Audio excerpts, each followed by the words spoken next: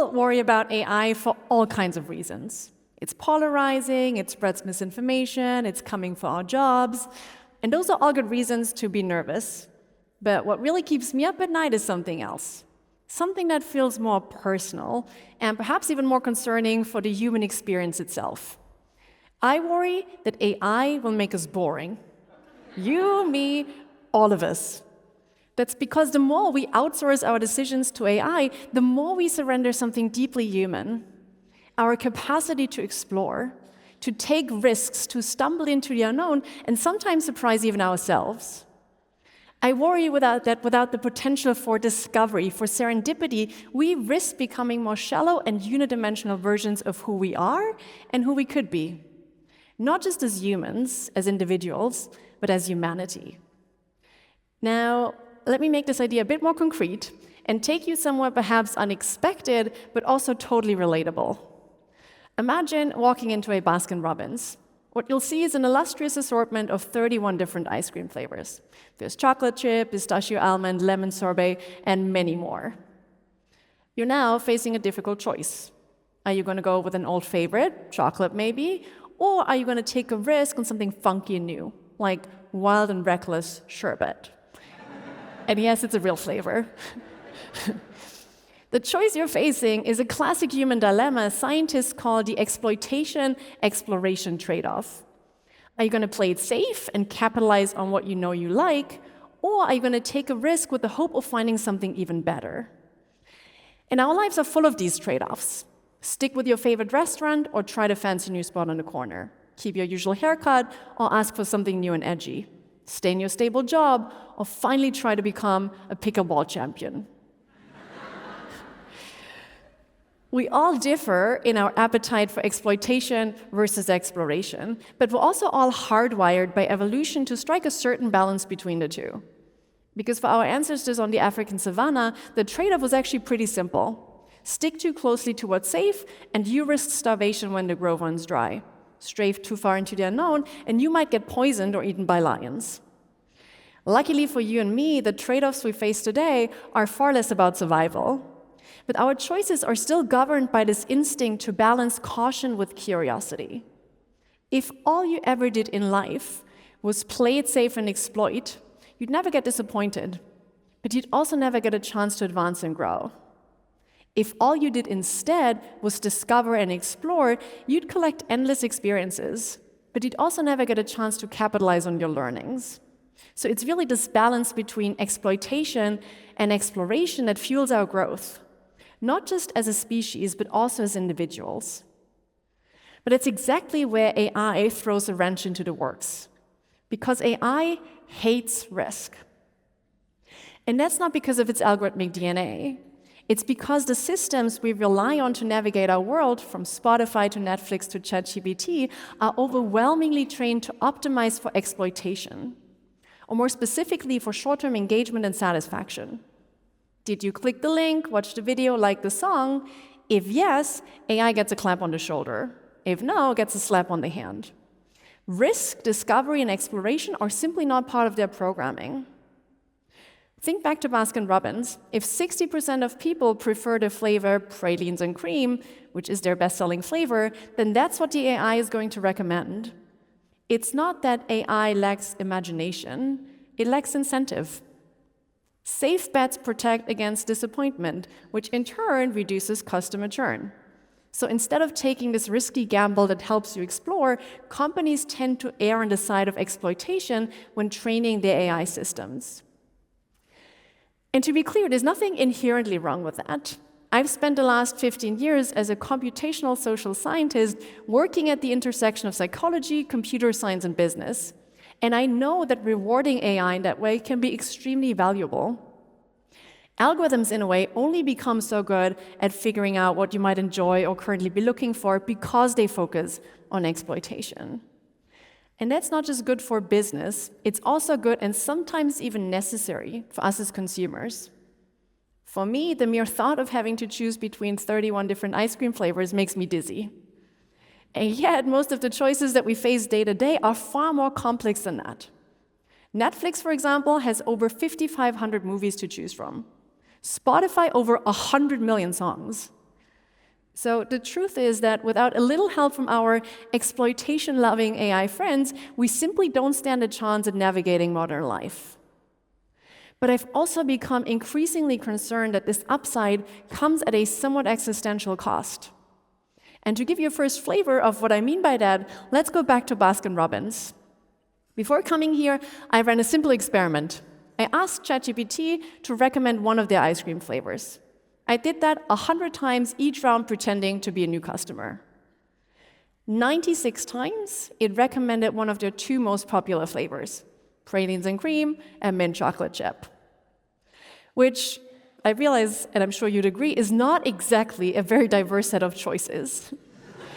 And it could mean that we soon find ourselves in a world where Baskin-Robbins offers only those two flavors. If no one ever picks the other 29, why bother offering them in the first place? Now, this might sound trivial and not really existential at all, but that's only until you realize that this flattening of the human experience happens across every aspect of life. In studies with my collaborators and students, we've shown that when people use AI for guidance, their preferences become more normative and less diverse, their creative output becomes less unique, and their choice of the most important scientists, athletes, and historical figures becomes the same as everyone else's. So, in a nutshell, AI turns this infinite diversity of human opinions, beliefs, and preferences into statistically safe sameness. And that's only part of the problem, because even when AI learns your quirks, say it figures out that you like nutty coconut better than pralines and cream, it will still play it safe within your preferences, meaning it is going to optimize for what you are most likely to like. I went back to ChatGPT for a second experiment, and this time told it about my personal ice cream preferences. I said that during my last 100 visits, I picked nutty coconut 70% of the time. The remaining 30% I split evenly among 3 of my other favorites. I then asked it to make the next 100 choices on my behalf. And guess what it did? It picked nutty coconut every single time. Gone are my adventures into occasional chocolate fudge, cookie dough, or mango. All I am at that point is literally a nutty coconut. But forget about ice cream. My students and I have repeatedly shown the same patterns when studying people's actual preferences. AI narrows your taste, it flattens your personality, and it scrubs away the edges that make you interesting and keep you dynamic. And the insidious part of all of this is that the impact of AI on human complexity is subtle. You won't notice it happening overnight. Rather, it's a death by 1,000 algorithmic recommendations. It's one slightly safer movie, one slightly more popular book, one slightly more mainstream vacation at a time. With every decision you outsource to AI, you become more narrow. Then AI learns from that shallower version of you and narrows its recommendations even more. The New York Times reporter Kashmir Hill captured this dilemma perfectly in one of her articles. After outsourcing her decisions to AI for a week, she complained about its hidden agenda to turn her into a basic bitch. And the funny part is it's the word basic here that's the biggest insult. Because being basic means being unoriginal, unexceptional, and uninteresting. It's offensive not because it suggests failure, but because it implies mediocrity, an absence of complexity. And who really wants that for themselves? Nobody. We all like the feeling of being unique, of being special, of being someone who doesn't easily fit into a box. I, for one, don't want to become exactly like everybody else. And I also don't want to become a singular version of myself. So what can we do to course correct and avoid destination basic bitch? We can't hit the reset button on AI, and we shouldn't. As I said before, these tools are incredibly valuable for navigating modern life, and they make us better off in many ways. But we need to reclaim our ability to take risks and discover. We need to find a way to rebalance exploitation and exploration. And ironically, AI could actually help us accomplish just that, but only if we ask it the right questions and reward it for the right actions.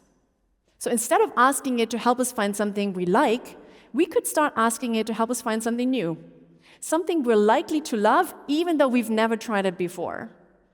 And by that, I don't necessarily mean you typing that question into ChatGPT yourself, although you should certainly try. What I mean is getting companies to harness AI superpower, its ability to detect patterns in vast amounts of human data for exploration purposes. Because AI has seen the entire universe of preferences, it knows not only what you currently like, but also what lies just beyond the boundaries of your typical preferences. Which means that it can help you explore smartly, to take curated risks when you want to. Now, here's what this could look like. Imagine a dial on your Netflix account or your Google search bar that lets you decide how far from your typical preferences you want to stray at any given point in time. On a regular day, you probably keep the dial close to the spot-on setting because you want to get the most relevant hits right away. But then on other days, you might feel adventurous enough to push it a little closer to the me with a twist setting and ask for content that's a little outside of your comfort zone, but still relevant. And then on other days, for those rare moments when you feel like you're really ready to take on the world, you might push the dial all the way to the wildcard setting and ask it to help you discover something entirely new. I, for one, would love to have such a dial.